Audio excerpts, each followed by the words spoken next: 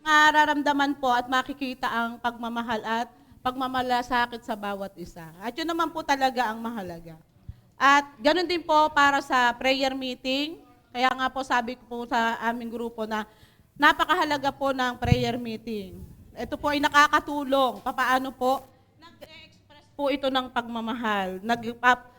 Papamagitan po ng pagpapanalangin sa bawat isa, sa mga bawat sitwasyon, sa mga pangangailangan po ng mga ng kapatiran, nalalaman po yung mga kailangan po na ipanalangin. Kaya po, sa buhay po Kristiyano, kailangan po umaattend tayo ng prayer meeting. And then number 2, sabi po sa 2, what activities do we need to realign with the Great Commission? Sa Tagalog po, ano yung mga gawain para ma-realign o magtungo sa Great Commission? Meaning, go and make disciples.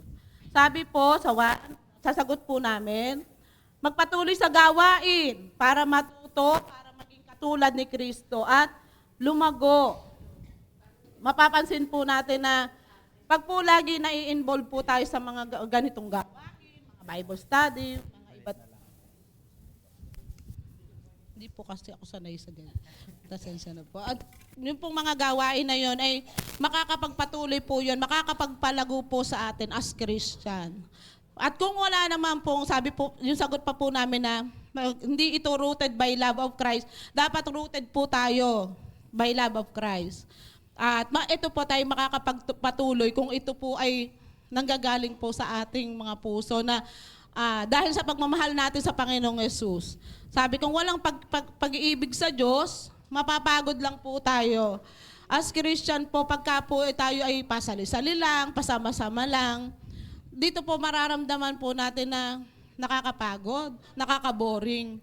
Pero kung ito po ay rooted by love of Christ, magagampanan po natin or yung pong karanasan, mararamdaman natin yung pag-ibig ng Panginoon sa bawat isa, mai-transfer po natin sa ating kapwa. Sabi po, ano yung mga bagay na pinagkakaabalahan natin ngunit hindi naman talaga tunay na pagsunod sa Diyos? Ano po yon? Yung mga bagay na pinagkakaabalahan natin ngunit hindi naman talaga tayo sumusunod sa Diyos. Sabi, what are we doing that keep us busy but not necessarily obedient to the mandate of the Lord for the church? Ang sabi po dito sa sagot po namin, nagsimba, pero sumimba po. Naranasan na po ba natin sumimba, pero nahiya lang doon sa na nag-invite or kapatira na lagi rin na-attend, ay maka-attend na lang. Parang ganun po, sumunod lang na para makita sa church. And then, yung na-attend lagi sa Bible study, pero walang pagbabago. Sabi nga po, ang salita ng Diyos everyday na maririnig natin, sabi nga, laging pawang bago. Sa atin po, lagi rin na mayroong mababago, di ba po ba? Kaya, napaka po noon yung pag-attend ng Bible study, pero walang nakikitang pagbabago po sa atin. Sabi, mga akala natin na pagsunod, pero wala po pala. Kaya po, walang bunga ang pananampalataya. Then, sa part po na yon, dapat po may product. Para pong yung nag-arrange ka ng bulaklak, pagka po nag-arrange ka ng bulaklak, kung wala sa puso mo yung ginagawa mo, ano pong nangyayari dun sa in-arrange po natin?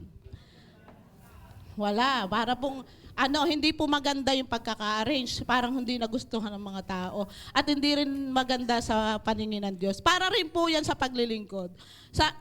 Yung pong product na yon, ano po tayo? Sa harapan ng Panginoong Yesus. Dapat po makikita po yung product. Merong bunga ang ating ginagawa. Yung pananampalataya po natin ay merong magiging bunga. Amen. Yun po. Salamat po. Thank you. Okay, praise the Lord. Nag-advance na si Sister Lloyda, napunta na kaagad sa number 5. Pero maganda yon, maganda yung mga reflections po yan. Salamat po sa inyo mga kapatid. So, isa na lang pong P ang ating pag-usapan, and after that, tayo po ay manananghalian. So, kung compared kanina, medyo mas maikli-ikli na po itong session natin. Pero next, after lunch, meron pa tayong tatlong session. Ano nga po yung 4 na P? Product, process, people, power, and product.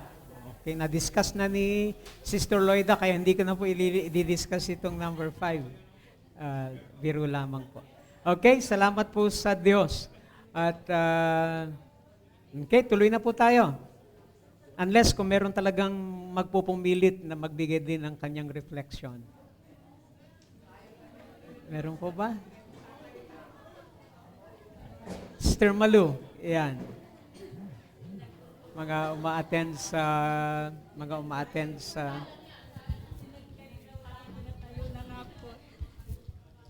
Glory to God po. Salamat sa Panginoon, nakasama po. Kanina pa po ako tinutulak nila Hindi pa tapos si Ate Loida Pinagtutulakan na po ako. Para po doon sa question, ito po yung mga napagkaisahan po namin na discussion po namin kanina. Para po sa number 1, di ko na po babasahin ng question. Ang napag-anuhan po namin yung pagkakaisa at pagmamahal. Kasi kung wala po talaga tayong pagmamahal at pagkakaisa, wala po talaga tayong magagawa na talagang hiwalay. Dapat po maipakita natin yung pagmamahal talaga na nararamdaman natin kung paano tayo iniligtas ni God. Na hindi lang basta natin alam na mahal tayo ni God, pero dapat malaman natin kung gaano kahalaga na iniligtas tayo ni God sa pamamagitan ng kanyang dugo. Yung sa pamamagitan ng kanyang dugo na hindi pala lang basta niya iniligtas tayo, pero napakahalaga pala niya, napakahalaga ng dugo na ginamit niya, na nagbuwis siya ng buhay para sa ating mga kasalanan, na kung tutuusin, wala naman tayong kwenta sa kanya. Ano po? And then, isa pa po yung attending prayer meeting na ano na po ni Ate Loida kanina, dagdag din po. Tapos yung pong, isa rin po, kasi kapag uma-attend po tayo ng prayer meeting, tsaka yung mga ganitong gawain, na ipakikita po natin yung willingness na yung pong pag-grow ng ating spiritual. Ano po? So kasi pag hindi po tayo attend ng ganitong gawain, baliwala po talaga. Pag kulang na kulang yung pag-attend lang po natin ng Sunday service, kulang na kulang po talaga. Kaya po dapat hahanap din po tayo ng paraan para maka-attend po tayo sa ganito, para yung ano po natin, tulad po ngayon na ang dami po natin, na ang dami nating gusto na maipakita, yun talagang ginagawa sa atin ng ating Panginoong Diyos. Yung maipakita natin yung kaniyang tunay na pagmamahal. Tapos number 2 po, ang ano po, what activities do we need to realign? So dito po, dapat po tayong mag-focus on evangelism. So nagagawa na po natin ito, pero sa ngayon po, nakikita na natin yung mga signs na kinatatakutan na yung iba't ibang lindol. At more focus po talaga tayo dapat, pati po sa discipleship na ngayon po, salamat kay Pastor dahil itinitrain na po niya tayo para talagang ramdam ko na po na talagang nalalapit na yung pag-ano natin. And then meron pa rin po tayong ano po, yung community outreach. Ano po, ngayon po ilan po yung na ano nating outreach sa norte, may mga tinuturuan na pong bata yung labuin, tapos doon sa lupang katuparan. Kaya po talagang talaga po na nakapokus na tayo sa end times, ano po, at saka po yung Bible study, marami na rin pong uma-attend. Ano po, kaya papuri po kay God. Tapos dito po sa number 3, parang ang nangyayari po ay, yung sabi nga po ay, ano yung mga busy tayo, ano po, yung pinagkakabisihan natin, minsan po na misinterpret natin yung puro tayo program, yung meeting, ang daming na pagmimitingan, ang daming training na hinahanapan natin, na ina-attend na natin, pero kulang po tayo sa gawa. Hindi natin ina-apply kung ano po yung natutunan natin. So ngayon po ay nalaman natin na huwag tayong masyadong mag-focus doon sa mga program. Kundi po ay may program tayong inaatinan, may training tayong inaatinan, mag-focus tayo doon po kung paano natin siya i-apply with the help of the Holy Spirit po. Yun lamang po at salamat po kay God. Okay. Gusto ko lang pong i-follow up yung program. Baka mamaya ipagkamali nyo. Oh, wag tayong gagawa ng program. No, hindi po yon. Ang tanong doon is how we create program. In the church, talagang dapat muna tayong magmatsyag, tingnan natin, ano ang need? Anong need? Ay, yung need na yon ay lilitaw yon kapag nakita natin yung pinakang direksyon. So, kung itong direksyon natin at nakita natin na dito tayo papunta, magre-realign tayo. Now, for us to pursue yung purpose ng Panginoon, after na nakita natin yung need, ang next noon, ano yung dapat nating gawin? Need at yung nakita nating dapat gawin equals program. Yung po ibig sabihin ng program.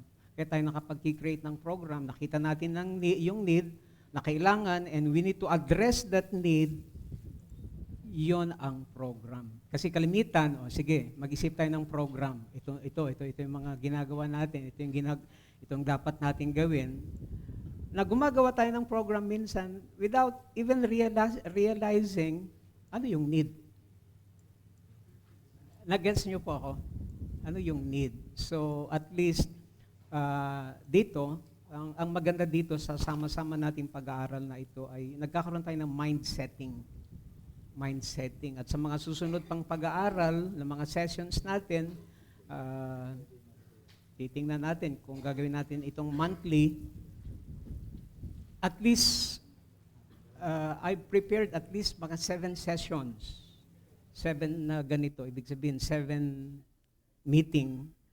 At tamang-tama yon pagdating ng Mayo, na kung saan tayo po ay maghaharap sa panibagong fiscal year and we will create program, plan sa bawat ministry, at least meron tayong baon, at least meron tayong, okay? So, salamat sa Panginoon. So, wag niyo pong ipagkamali na masama ang program. Ano po? Ang puntos ko doon, paano tayo nag-create ng program? There must be a right program addressing the right need. Okay?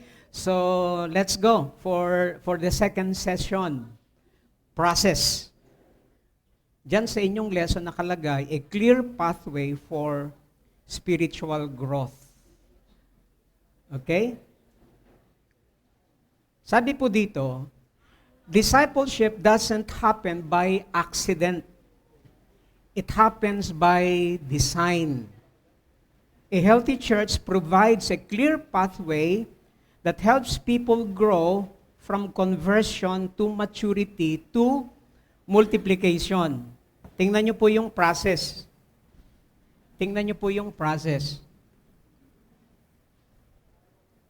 Saan nagsimula? Conversion. Tumanggap tayo kay Kristo bilang Panginoon at sariling tagapagligtas. Saan patungo ito? Okay? Sabi po dito, to maturity. Nag-mature. Pag nag-mature, tapos na ba? Hindi. Ano yung next na direksyon? Multiplication.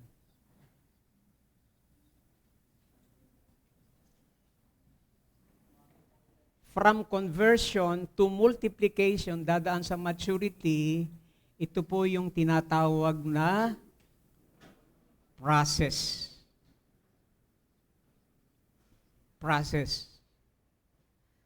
That helps people grow from conversion to maturity. Hindi aksidente, mga kapatid, ang pagiging alagad.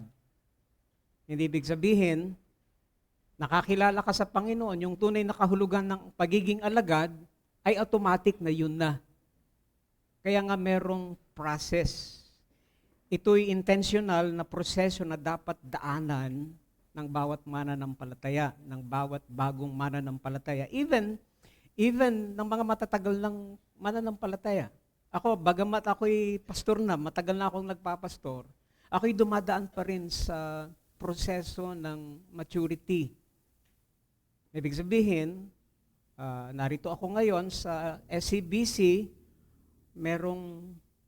ito yung need, o sa kailangan ko pa rin mag-aral, kailangan kong dumaan pa rin sa process to really learn yung mga naging mistakes ko in my past ministries.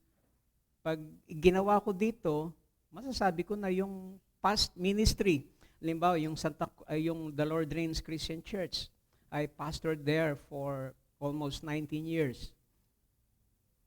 And I consider that as a preparation for my ministry here at Santa Cruz Baptist Church. Who knows? Yung ministry ko dito sa Santa Cruz Baptist Church ay preparasyon pa rin sa panibagong pagkatawag at hamon na dadalhin ako ng Panginoon. Ano ho? Kaya si Jesus mismo ang nagpakita ng malinaw na halimbawa ng kanyang ministeryo. Doon sa discussions natin last Sunday, come, follow me. That is relationship. Ano ba ang tunay na alagad? Ang isang tunay na alagad ay isang taong nagkaroon ng pagkakilala, relasyon sa Panginoong Jesucristo. Nagtatalaga ng kanyang buhay na makilala si Kristo at sumunod kay Kristo. Come, follow me. After that, that is an invitation to walk with Christ. Pero hindi doon natatapos. Hindi natatapos sa baptism. I will make you disciple, and I will make you. Ano po ibig sabihin yon? Ano bang isang disipulo? Ang isang disipulo ay hindi lamang isang taong nagkaroon ng relasyon sa Panginoon, nagtalaga ng kanyang buhay para sumunod kay Kristo at makilala si Kristo, kundi isang tao rin na binabago ni Kristo into Christ-likeness, maging kawangis ni Kristo. Ang nagbabago, sino? Nung nagsabi, I will make you. Sino yon? Ang Panginoong Jesucristo. We just cooperate, we just surrender our lives. Tapos, ang pinakang goal niya, ang isang alagad din, ay isang taong niyayakap ang misyon ni Kristo. Na ipahayag ang pag-ibig ng Diyos sa mga tao, ipakilala si Kristo, at tulungan din ng iba na lumago din sa kanilang pagkakilala sa Diyos. Okay, nais kong ulitin yung tatlong process na yun. Come, follow me. Relationship. Relationship. I will make you. Transformation. Pagbabago. Fishers of men. Mission. Mission. What is that mission? To make disciples. Kaya nga, ang picture talaga nito, Powell, halika. Kiel, halika. Kaya talaga yung mga paborito kong pinagtatawag eh. Tapos yung mga pinagtatawag.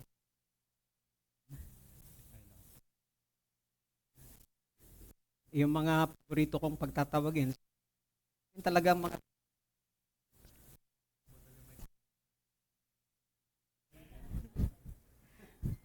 Hello, iyon. Ako ay disipulo na nakilala kay Kristo bilang Panginoon sariling tagapagligtas. Amen? Ako'y binabago ni Kristo. At bilang isang disipulo, kailangan ko rin magdisipulo ng iba. Paano ko gagawin yon? Itong taong ito ay sinirang ko ng gospel, nakakilala sa Panginoon, and through discipleship, madaan siya sa discipleship.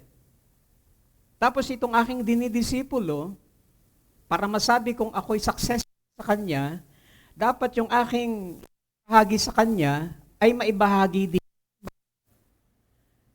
Ibig sabihin, kung itong aking dinisciple ay hindi niya yung aking mga tinuro, yung aking pagdidisciple, then medyo may problema.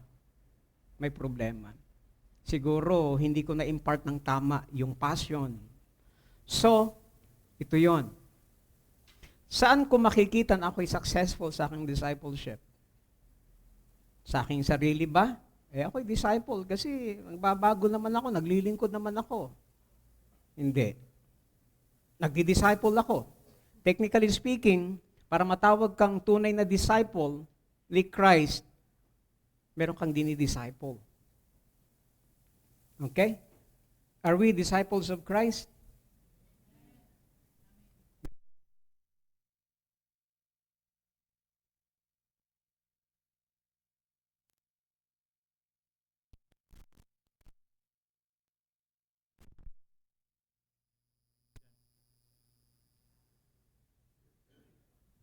Hello. Tapos yung aking dinidisciple, para masabi kong successful ako sa kanya, dapat nagdi-disciple din. Disipulo na nagdidisipulo ng magdidisipulo. Yun po. At para mangyari yon, ano yon? Second P, process. Process. Hello. Okay? Sige, makakaupo na kayo, mga kapatid. Kaya hindi aksidente. It is intentional. Come, follow me, relationship. I will make you, ano yon? Transformation. Fishers of men, mission. Dapat itong tatlong ito, taglay ng isang disciple. Kaya minsan napakahirap mag-disciple kasi hindi naman pala talaga nagkaroon ng tunay na relasyon sa Diyos. Mukhang Kristiyano lang. Ang hirap kaya mag-disciple ng mukhang Kristiyano lang. Dapat tunay. Kasi meron tayong katulong na talagang magdi-disciple. Ang talagang main discipler is not us. It is the Holy Spirit. Amen? So, hindi ka madi-discourage. Kaya nga, dito mapatid sa Panginoon, kung si Jesus mismo, nakita natin itong process na ito. Siya nag-invite for a relationship, kasi 3 W yun eh. That is an invitation to walk with Him, to be worked on by Christ, yun yung make disciple, and to work for Christ. 3 W. Walk, work on,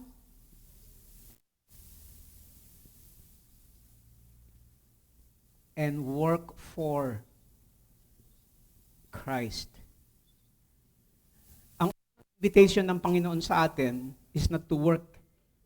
Ang unang invitation ng Panginoon na hindi niya sinabing, preach, make disciples, produce leaders.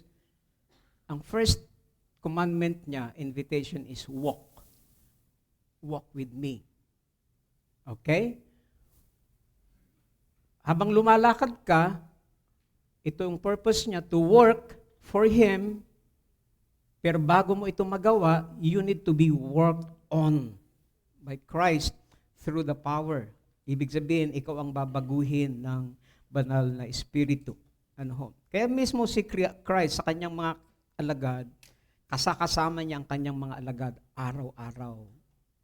Kung saan sila titigil, doon din titigil yung mga alagad.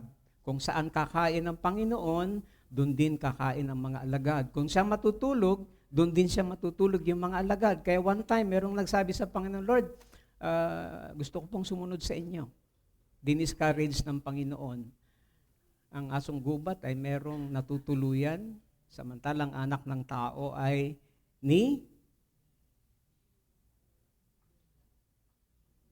wala siyang matuluyan. That is a discouragement. Kasi sa context ng disciple noon, kung nasa ng Panginoon, naroon ka. Hindi ka pwedeng sumunod at maging disciple na naroon ng Panginoon tapos narito ka. So, kasakasama niyang nag-aaral ng salita ng Diyos, apprenticeship yung pinakang technical term doon. Ipinakita ng Panginoon kung paano siya manalangin, ipinakita ng Panginoon kung paano siya magpalayas ng demonyo, ipinakita ng Panginoon kung paano siya mangaral. Kaya, yun po yung pinakang essence ng pagkatawag ng Panginoon. Dito, pinapakita na ang tunay na disipulo ay hindi agad nabubuo, magdamag. Disciple ka na kasi pinili kitang, no. That is a process. Ilang taon na ipinrases ng Panginoon ng kanyang mga alagad? 3 years. 3 years. Ipinrases ng Panginoon si Pedro. Bandang huli, sumabit pa. Alam niyo po yon, 3 years, tapos nung dadakpin na, tapos eto na. Tagpas yung tenga ni Malchus. Para bang sinabi ng Panginoon, 3 taon na kitang kasama, may karga ka pa. Kaya process pa rin, mga kapatid. Kaya, pinapakita nito na ang tunay na disipulo ay hindi agad nagagawa sa isang magdamag lang. Proseso ito ng paglakad, kasama ni Kristo, araw-araw natututo, dahan-dahang nagbabago hanggang maging kawangis ni Kristo. Ano po yung gusto kong ipagpauna? To pursue intentional disciple-making church, mabagal na proseso. Hindi kaagad natin makikita ang bunga. Amen po ba? Ano yung intention, ano yung IDMC? 2 taon, 2 taon na natin, wala pa tayong nakikitang pagbabago, hindi pa dumadami ang miyembro sa church. No. That is a slow but sure process from the Lord. Intentional disciple-making church, dapat merong pathway. Merong pathway. May malinaw na landas, may malinaw na proseso ang isang intentional disciple-making church. Isa itong proseso na tumutulong sa mga mananampalataya from conversion to maturity to multiplication, to mission. Mula sa pagkakilala kay Kristo, that is conversion, tungo sa paglago, that is maturity, hanggang sa pagiging tagapagparami rin at gumagawa ng ibang alagad, that is multiplication. Hindi lang ito basta pagdalo sa simbahan, hindi lang basta ito pag-attend sa gawain, hindi lamang ito pag-attend sa edify, sa engage, o kung saan man, sa fellowship. Kundi nakasentro ito, mga kapatid, sa Panginoon, sa layunin na lumalim ang pananampalataya ng kapatid na yon. Maging matatag, makita yung karakter, at matutong magturo at mag-disciple din ng iba. Kaya ganito lumalago ang simbahan, mga kapatid. Ganito lumalago ang simbahan. Kasi, halimbawa, medyo may problema ako sa aking pagiging disipulo. Nagparami pa ako ng disipulong kagaya ko. Anong dadami? Problema. Problema ng church. Nagkakaintindihan po ba tayo doon, mga kapatid? Kaya pakisabi nga sa iyong katabi, huwag tayong magparami ng problema sa church. Problema ka na nga, magpaparami ka pa ng kagaya mo. Wag naman. Amen po ba? Anong solusyon? Maging tama. Maging totoo tayong alagad. Kaya nga, bilang church, naroon yung tungkulin na tulungan ang bawat isa na lumalim sa pananampalataya. Maging matatag sa ugali, karakter, matutong magturo rin sa iba.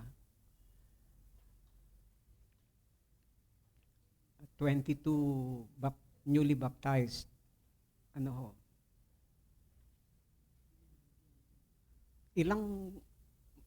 Gano'n na karaming beses natin ginawa yan sa church? Na nagkakaroon tayo ng baptism.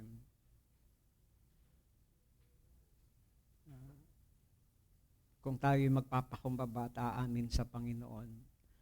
At kung tayo ay personal na tatanungin ng Panginoon, nasaan sila? Nasaan sila? Tapos pwede tayong mag-justify. Lord, siguro hindi naman talaga sila tunay na mananampalataya. Ang daling isisi sa iba.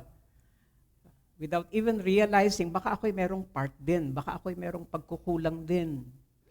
Baka kaya sila nawala, walang nag-alaga talaga. Walang intentional na dinala ang mga bagong mananampalataya. And that is my prayer, mapatid. Kaya salamat sa mga nagtugon na magturo kasama doon sa membership class. Merong maturity class, meron pang ministry and mission class. Si Brother Erwin ay nasa maturity class na. Yung mga magtuturo sa membership class ngayon, aangat din sila sa maturity class. Yung mga makakasama nila at magiging assistant sa pagtuturo, sila ang sasalo sa mga bagong babautismuhan. Meron tayong accountability, mga kapatid, na talagang, actually, dapat ang picture talaga, bago mo pa man sila masiran ng gospel, ang tingin mo na sa kanya is alagad. Dito mo siya gustong dalhin. Itong taong ito'y maglilingkod. Pataasin pa natin. Ito, isang araw na ito, itong taong ito, I'm praying na maging leader pa ng church. Maging minister pa. Hindi ang pinakang focus natin, madala lang natin sa baptism, wala na, tapos na.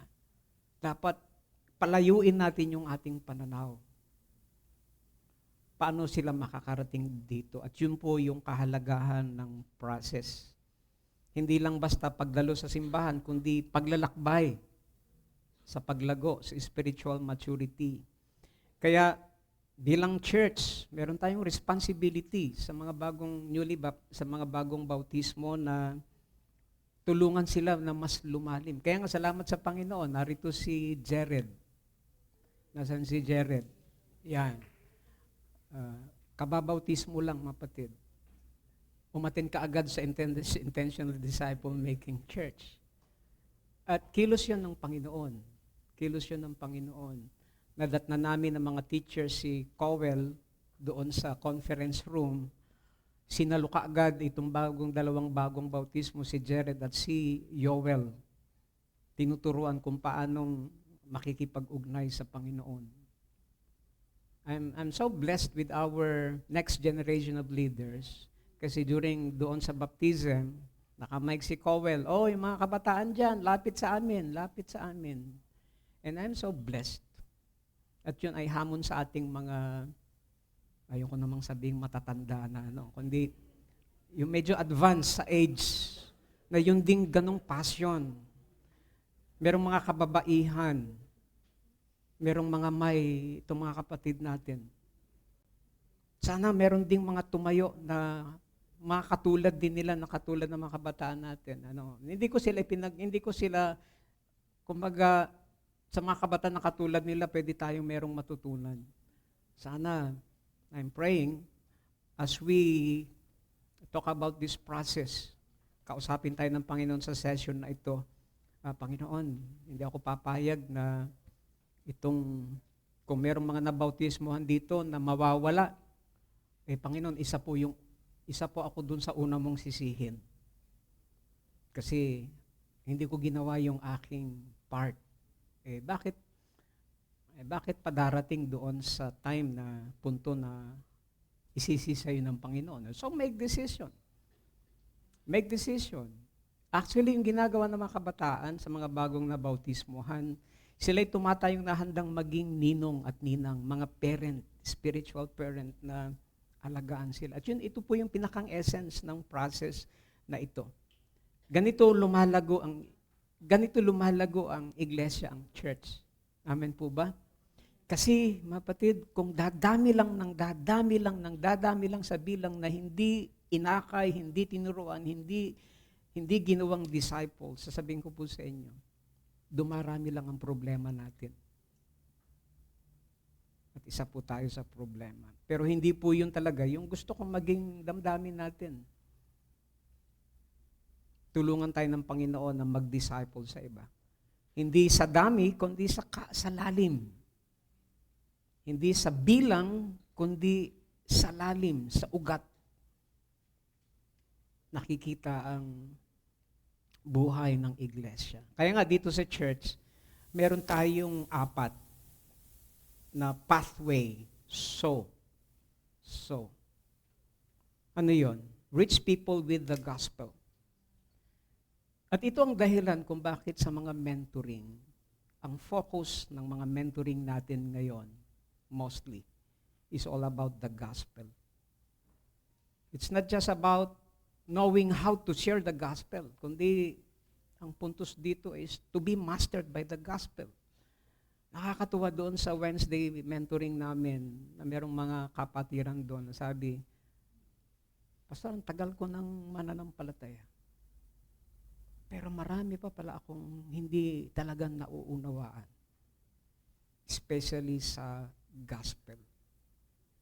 Kasi doon, ang pinakang layunin noon, mga patid sa Panginoon, hindi lamang ma-master ang gospel, kundi magkaroon ng epekto ang kapangyarihan, ang salita ng Panginoon, to the point that you really appreciate kung ano yung ginawa ni Kristo, and to the point na hindi pwedeng hindi mo ito ibahagi sa iba. So, how can you expect members of SCBC to share the gospel intentionally kung yung mismong definition ng gospel hindi nila alam? Amen po ba, ang patid? Kung yung mismong definition, kung ano ba ang nakapaloob doon sa gospel na yon, ay hindi talaga nauunawaan. So, ang tayo'y parang gumagawa ng tulay. Ang tunay na paggawa ng alagad ay tungkol sa parang paggawa ng tulay. Merong ibang mga terms doon, mga bridging events. Bridging events. Nagagawa ka ng mga pagkakataon upang makapamalaya ka ng tao at madala yung mga tao doon without them realizing na dinadala mo na sila. Yun yung building bridges, not barriers. Meeting people where they are. Evangelism through relationship. Ang tunay na paggawa ng alagad, nagpapasimula sa pag-akay, pagpapahayag ng gospel sa mga taong ito. Hindi ito tungkol sa pagsishare lang, sa pangangaral lang, kundi sa pakikitungo ng may malasakit. Na even, hindi lamang nila naririnig yung gospel sa atin, kundi nakikita nila sa buhay natin yung magandang balita. Nakikita nila si Kristo. Na kahit hindi pa nila tayo naririnig, ramdam na nila yung kapangyarihan ng gospel sa buhay natin. Hindi ito tungkol sa pangangaral lang, kundi sa pakikitungo ng may malasakit, with compassion, with love. At dito pinapahayag natin ang ebanghelyo, hindi lamang sa salita, kundi sa pakikipag-ugnayan, sa pakikipagkaibigan, sa ito yung tinatawag namin sa mentoring ng mga kabataan na incarnational mission. Ano yun? Kung paano ang Panginoong Hesus iniwan ng langit at pinuntahan tayo. The same principle in doing evangelism and mission. Na meron tayong mga comfort zone na iiwanan to reach people sa kung saan sila naroon. Tayo ang mag-a-adjust, tayo ang aabot, tayo ang magsasacrifice, we are willing to accept them where they are. Yun po ibig sabihin ng sowing. Ito'y evangelism na may puso. Isang buhay na patutuo ng biyaya ng Diyos sa gitna ng mga tao. So saan nagpapasimula? We must really master the gospel. We must really master the gospel. Kaya ipahintulot po ni Ate Venus yung kanyang testimony last Wednesday. Sabi niya, Pastor, sa totoo lang ng mga nakaraang panahon, every time na meron akong naririnig na hamon, na tayo mamunga, na tayo. At yung hamon na yun na naririnig sa pulpito, mas lalong nagpapadown sa kanya kasi wala siyang makitang. Pero nung naunawaan that the gospel, yung pag-abot mo lang, it's not about the numbers. Hindi tungkol ito sa mga taong nakinig, kundi yung paghakbang mo lang napuntahan yung mga tao. Meron man makikinig o wala, you are successful. At doon ay naunawaan through that principle of incarnational mission na ng Panginoong Hesus mismo. And we cannot accomplish mission and evangelism without applying the incarnational principle ng Panginoong Hesus sa pag-abot niya sa atin. Kaya nga, halos 2 taon na, doon na lang sa Poblasyon 1, nasa chapter 25 pa lang kami sa Genesis. Pero we are enjoying it. Hindi katulad ng mga nakaraan na, sige, natapos tong lesson ito, huihingi ka uli ng lesson, babalik ka na naman sa bago. But through that spiritual journey sa pag-aaral ng gospel, na doon pa lang sa first 3 chapters, pakita ko po sa inyo yung napakagandang principle.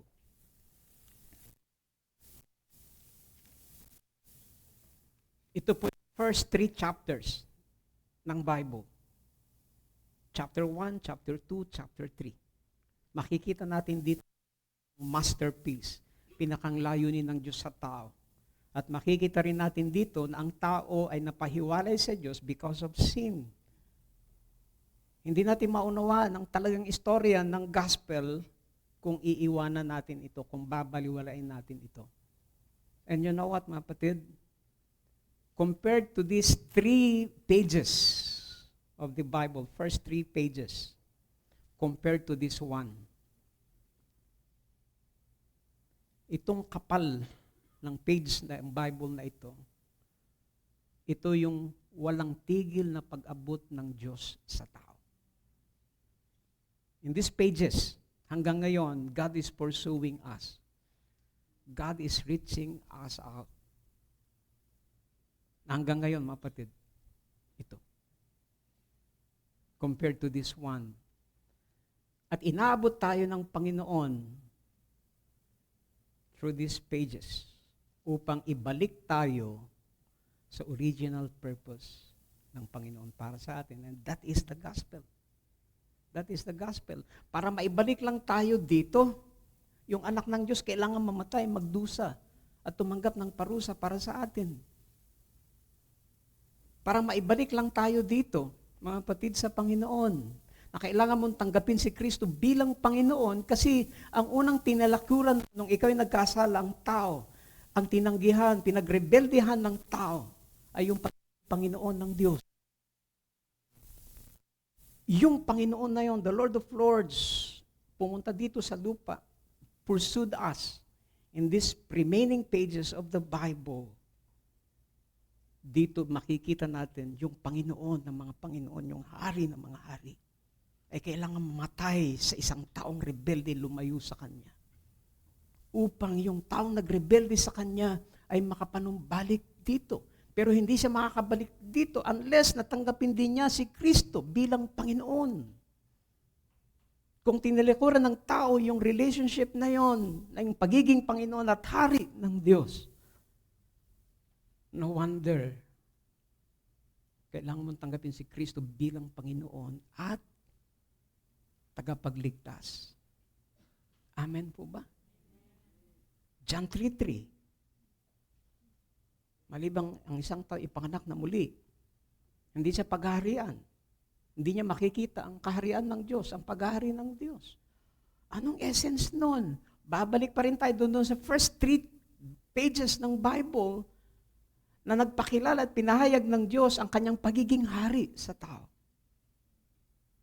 Pero yung nilikha niya, ang mas kinampihan yung kaaway ng Diyos, lumayo sa Diyos.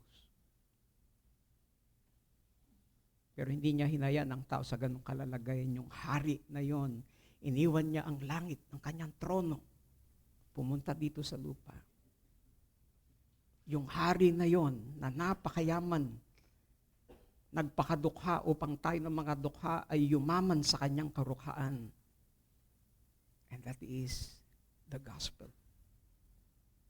At pag naunawaan natin yun, sino tayo para magmatigas? Sino tayo para baliwalain yung mandate na ito na maging kagaya ni Kristo? Kasi yun lang naman po talaga, mapatid sa Panginoon, ang pinakang layunin ng discipleship. Maging kamukha ni Kristo. Amen po ba? Hindi yun responsibility, but that is a great privilege for us. Kaya magandang for you to master the gospel.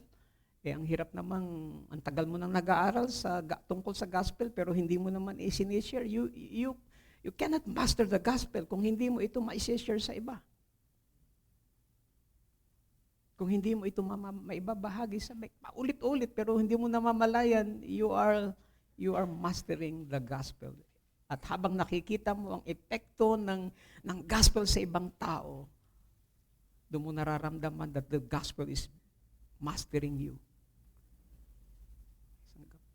Pero isang kapatiran, ng focus ng kanyang buhay. Pasensya na po kung narito yung kapatid na yon. Alam niyo po yun? Yung wedding. Yeah. Pero nakakilala sa Panginoon, tinalikuran po niya yon. Sumunod sa tubig ng bautismo. At siya ngayon nakaasa sa ating Panginoon.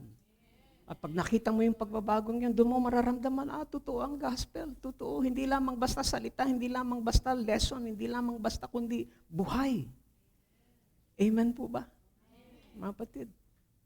Yung dalawang kapatid natin na 12:00 na pala.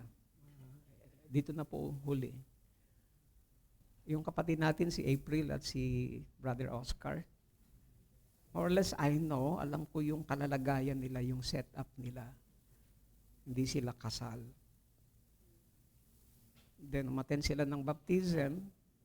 Ang pwedeng maging approach doon, sorry mga kapatid, hindi pa kasi kayo kasal, kaya hindi kayo pwedeng umattend ng baptismal class. Kasi eventually, yung baptismal class, after that, magpapabaptize.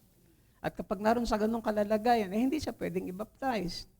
But the Holy Spirit led me to allow them na mag-aral talaga ng salita ng Diyos to the point na maunawa nila yung kasagraduhan ng baptism, ng bautismo.